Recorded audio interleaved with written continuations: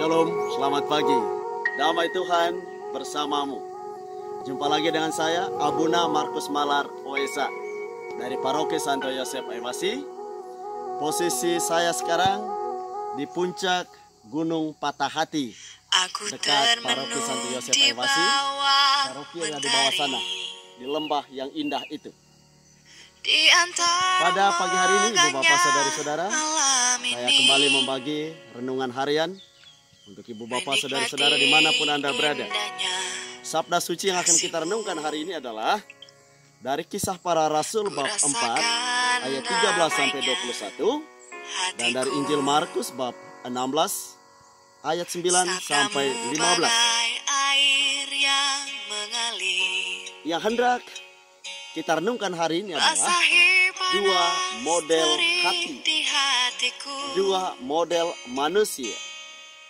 Hati yang pertama, hati yang degil, hati yang lamban. Hati yang degil, hati yang lamban kita temukan baik dalam bacaan pertama maupun dalam bacaan Injil. Yuk kita lihat satu persatu. Dalam bacaan pertama dari Kisah Para Rasul, hati yang degil, hati yang lamban itu ada pada para pemuka agama, imam-imam kepala, ahli-ahli Taurat, kaum Farisi dan kaum Saduki. Mereka ini sudah dari awal menolak kehadiran Yesus. Mereka lah yang mengusir Yesus dari Nazaret, kemudian mengajukan tuduhan palsu dan peradilan sesat kepada Yesus yang berujung pada penyaliban. Itu hanya karena kedegilan hati, kelambanan mereka dalam memahami kehendak Allah, dalam memahami rencana keselamatan Allah. Kedegilan hati dan kelambanan itu kemudian berkembang sampai kepada kecemburuan, iri hati dan dengki dan amarah yang tak terbendung lagi. Sehingga akibatnya mereka tidak mampu lagi melihat kebaikan, melihat kemuliaan dan keagungan Allah yang dilakukan oleh Yesus melalui berbagai mujizat yang dilakukannya dan melalui pewartaan sukacita yang baik yang diberitakannya. Mereka tidak mampu melihat itu karena sudah terlanjur benci, marah kepada Yesus. Kemudian kemarahan dan kedegilan kelambanan itu berlanjut ketika Yesus sudah bangkit. Ketika para murid Kristus yang akhirnya sudah percaya kepada Kristus yang bangkit, memberitakan kebangkitan Kristus melalui pengajaran dan karya-karya, salah satunya adalah karya mujizat besar yang mereka lakukan. Dalam bacaan 2 hari lalu kemarin dan dilanjutkan hari ini, diskusi panjang dan kekaguman panjang dari orang-orang yang percaya dan dari orang-orang yang tidak percaya. Orang yang tidak percaya mempertanyakan itu. Mujizat apakah itu? Mujizat itu adalah Petrus dan Yohanes menyembuhkan orang lumpuh. Orang yang lumpuh kemudian bisa berjalan. Hanya dengan mengatakan dalam nama Yesus berjalanlah. Nah, kemudian banyak orang yang kagum. Banyak orang yang percaya dan memuliakan Allah dengan menyaksikan mujizat besar itu. Tetapi orang-orang yang tadi hatinya degil, hatinya lamban, mereka lagi-lagi mencari kesalahan.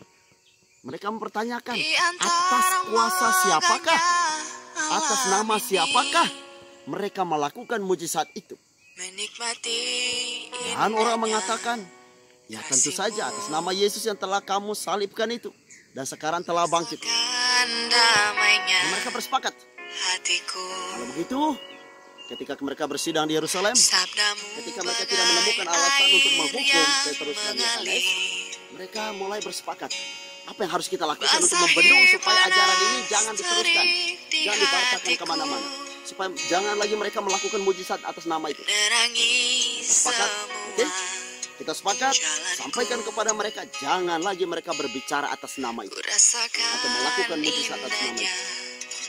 Ketika maksud itu, ketika keputusan itu disampaikan kepada Petrus dan Yohanes, apakah mereka menerima? Tentu tidak. Nah, itu nanti masuk ke kategori hati yang kedua. Kita masih bicara tentang kedegilan hati. Kedegilan hati dan kelambanan juga kita temukan dalam bacaan Injil. Santo Markus pengarang Injil menyampaikan kepada kita pada hari ini bahwa ternyata para murid Kristus juga hatinya degil, lamban menangkap maksud Allah, lamban membaca kehendak Allah, lamban membaca sejarah keselamatan yang sudah dimulai oleh Allah sejak Alfa hingga Omega. Ketika Kristus bangkit, disaksikan oleh Maria Magdalena dan teman-teman, dan mereka menyampaikan itu kepada para murid. Mereka tidak percaya. Mereka tidak percaya. Kemudian Yesus yang kedua kali menampakkan diri kepada dua orang yang dalam perjalanan dari kota Yerusalem menuju ke Emmaus, itu ke bagian utara Israel, bagian utara kota Yerusalem. Ketika mereka menyampaikan itu kepada ke-11 murid, mereka tidak percaya juga. Ini lamban, ini degil. Akhirnya Yesus menampakkan diri langsung kepada ke-11 murid. Ketika rumah semua dalam keadaan terkunci, mereka sedang bersoal jawab tentang apa yang diceritakan kejadian memilukan guru mereka dibunuh. Tiba-tiba Yesus menampakkan diri di tengah mereka dan mengatakan, Venus Shalom, Shalom Elehi, damai bersamamu, salam sejahtera. Disitulah baru mereka mulai mengenal bahwa ini adalah Tuhan. Saat itu Tuhan mencela ketidakpercayaan mereka, mencela kedegilan dan kelambanan mereka. Dari itu mereka percaya dan akhirnya Kristus mengutus mereka. Pergilah ke seluruh dunia, beritakanlah Injil kepada segala makhluk. Ini hati yang kedua. Hati yang kedua adalah hati yang berkobar-kobar, hati yang dipenuhi cinta, hati yang dipenuhi dengan daya dan energi ilahi. Hati yang berkobar-kobar ini dinyalakan oleh api kasih ilahi, oleh api Roh Kudus.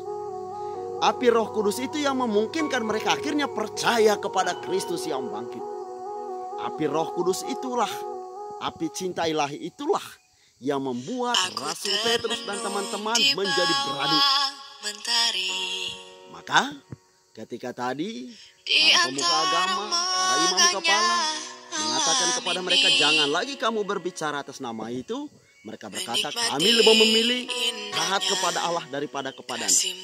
Tidak mungkin kami tidak mewartakan kebenaran. Dengan hati yang sudah berkobar-kobar dinyalakan oleh api kasih ilahi, oleh cinta ilahi, oleh energi ilahi, membuat mereka akhirnya berani mewartakan apa yang mereka lihat, apa yang mereka dengar, apa yang mereka alami. Itulah kebenaran bahwa Kristus yang telah kamu bunuh, Kristus yang telah wafat kini telah bangkit.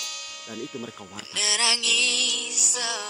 Untuk itulah Kristus mengutus mereka, pergilah ke seluruh dunia, wartakanlah Injil kepada semua.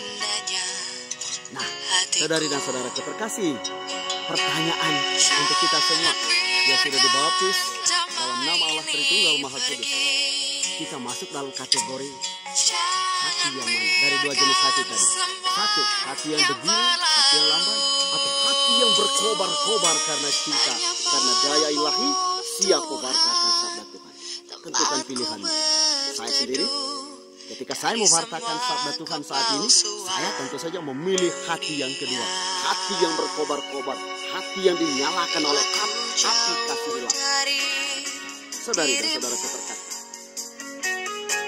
dalam ordo kami, lambang ordo, ada salib yang saya pakai ini, itu lambang hati. Itu ada salib, ada hati.